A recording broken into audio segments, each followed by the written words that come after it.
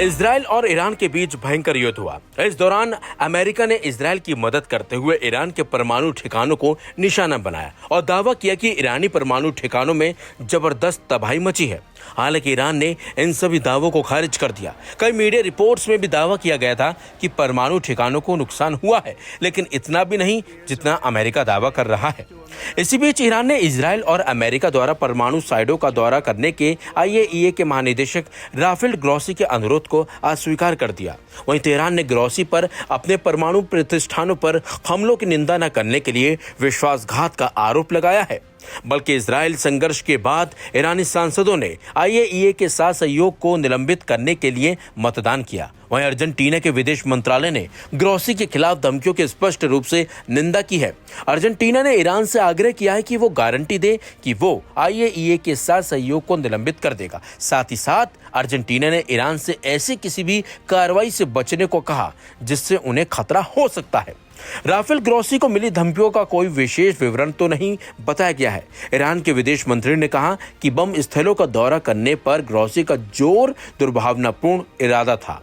Iran ने दावा किया है कि 12 जून को IAEA का प्रस्ताव इजराइल के 12 दिवसीय युद्ध के लिए बहाना था। ईरान के विदेश मंत्रालय के प्रवक्ता इस्माइल बघई ने भी इजराइल के साथ संघर्ष के लिए IAEA की आलोचना की है।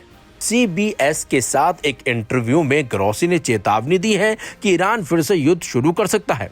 अमेरिकी विदेश मंत्री मार्को रूबियो ने ईरान में ग्रॉसी की गिरफ्तारी और फांसी की मांग की निंदा की है। Aim right, achieve big. At KR Mangalam University, we provide you the platform to turn your dreams into reality. At KR Mangalam University. उन्होंने कहा कि IAEA के महानिदेशक ग्रॉसी की गिरफ्तारी और फांसी की मांग ईरान में अस्वीकार्य है और इसकी निंदा की जानी चाहिए। हम ईरान में IAEA के महत्वपूर्ण सत्यापन और निगरानी प्रयासों का समर्थन करते हैं और महानिदेशक और IAEA की उनके समर्पण और व्यावसायिकता के लिए सराहना करते हैं। हम ईरान से IAEA के कर्मियों की सुरक्षा और संरक्षा प्रदान करने का आह्वान करते हैं। संयुक्त राष्ट्र के परमाणु निगरानीकर्ता ने पुष्टि की है कि ईरान कुछ महीनों के भीतर यूरेनियम संवर्धन फिर से शुरू कर सकता है। IAEA प्रमुख ने CBS को बताया कि ईरान कुछ महीनों में कुछ सेंट्रीफ्यूज को फिर से सक्रिय कर सकता है। ग्रॉसी ने कहा कि अमेरिका और इजरायली हमलों के बावजूद कुछ ईरानी परमाणु अवसंरचना अभी भी खड़ी है। ग्रॉसी की विस्फोटक टिप्पणियों को टाइम्स ऑफ इजराइल ने 29 जून को रिपोर्ट किया था। इससे पहले अमेरिकी राष्ट्रपति ट्रंप ने दावा किया था कि ईरानी परमाणु स्थल नष्ट हो चुके हैं। IAEA प्रमुख को उन्होंने ये भी कहा कि ज्ञान और औद्योगिक क्षमता को नकारा नहीं जा सकता। वहीं ईरान के सर्वोच्च नेता अयातुल्ला अली खामेनेई के मुखपत्र माने जाने वाले कायहान ने अंतर्राष्ट्रीय परमाणु ऊर्जा एजेंसी यानी कि IAEA के महानिदेशक राफेल ग्रॉसी को मोसाद का जासूस करार देते हुए खुली धमकी दी है। अगर उन्होंने ईरान की जमीन पर कदम रखा तो उन्हें सूली पर लटका दिया जाना चाहिए। दरअसल ग्रॉसी ने हाल ही में ईरान से परमाणु ठिकानों के निरीक्षण की अनुमति मांगी थी, जिसे तेहरान ने खारिज करते हुए कहा कि वो द्वेषपूर्ण इरादे से ग्रसित हैं। ईरानी संसद ने भी IAEA से सहयोग को स्थगित करने के पक्ष में मतदान किया।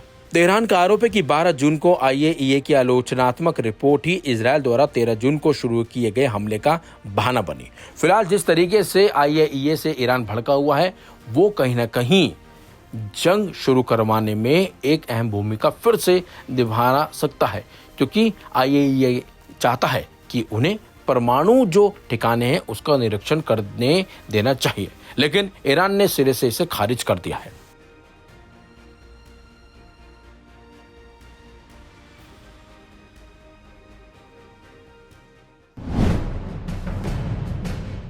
ईरान और इसराइल के बीच युद्ध खत्म हो गया है, लेकिन हालात अभी भी तनावपूर्ण बने हुए हैं। ईरान किसी भी संभावित हमले का जवाब देने के लिए तैयार बैठा है और इसीलिए कहा जा रहा है कि उसने अपने हथियारों को, अपनी मिसाइलों को स्टैंड बाय पर रखा है।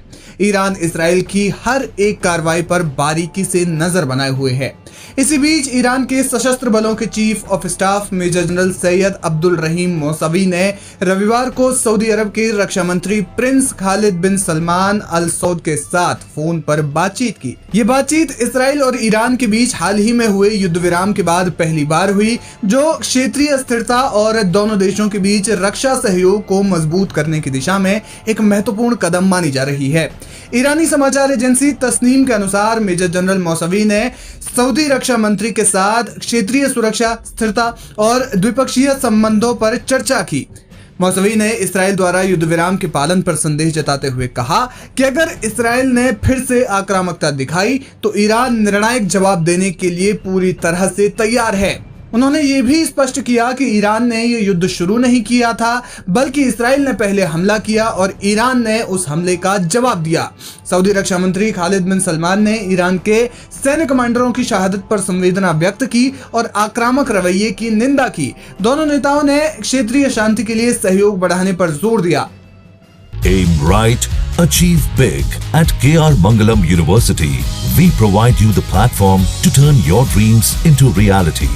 At KR Mangalam University. ये बातचीत ऐसे समय में हुई है जब ईरान और इस्राएल के बीच 13 से 24 जून 2025 तक चले इस युद्ध के बाद तनावपूर्ण युद्ध विराम लागू है। ईरान के परमाणु ठिकानों फोर्डो, नतांज और इस्फहान पर अमेरिका और इस्राएल के हमलों के बाद ईरान ने कतर और इराक में अमेरिकी सैन्य अड्डों पर जवाबी हमले किए थे। वहीं दूसरी ओर अंतर्राष्ट्रीय परमाणु ऊर्जा एजेंसी यानी IAEA ने चेतावनी दी है कि ईरान कुछ ही महीनों में यूरेनियम संवर्धन फिर से शुरू कर सकता है, जिसने क्षेत्रीय तनाव को बढ़ा दिया है।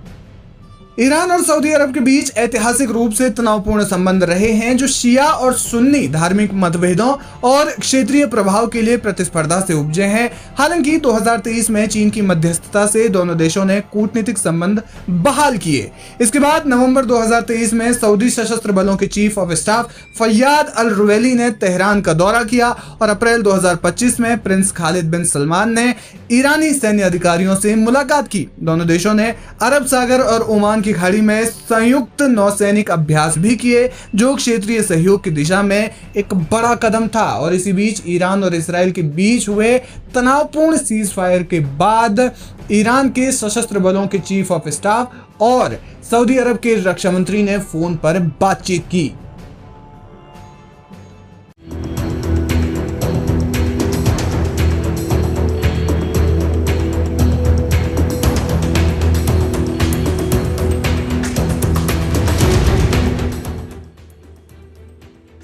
ईरान ने हाल के दिनों में अपने ऊपर दो तरफा हमला झेला है। एक तरफ इजराइल के साथ हुए युद्ध के दौरान उसे काफी नुकसान हुआ, वहीं दूसरी तरफ अमेरिका ने भी उसके परमाणु ठिकानों पर बम बरसाए। लेकिन जैसा दावा किया जा रहा था कि ईरान के सर्वोच्च नेता खामनेई की लोकप्रियता कम हो रही है, उस दावे को गहरी चोट लगी है। युद्ध के बाद ईरान के सर्वोच्च नेता अली खामनेई की लोकप्रियता कम नहीं हुई है, बल्कि और ज्यादा बढ़ गई है।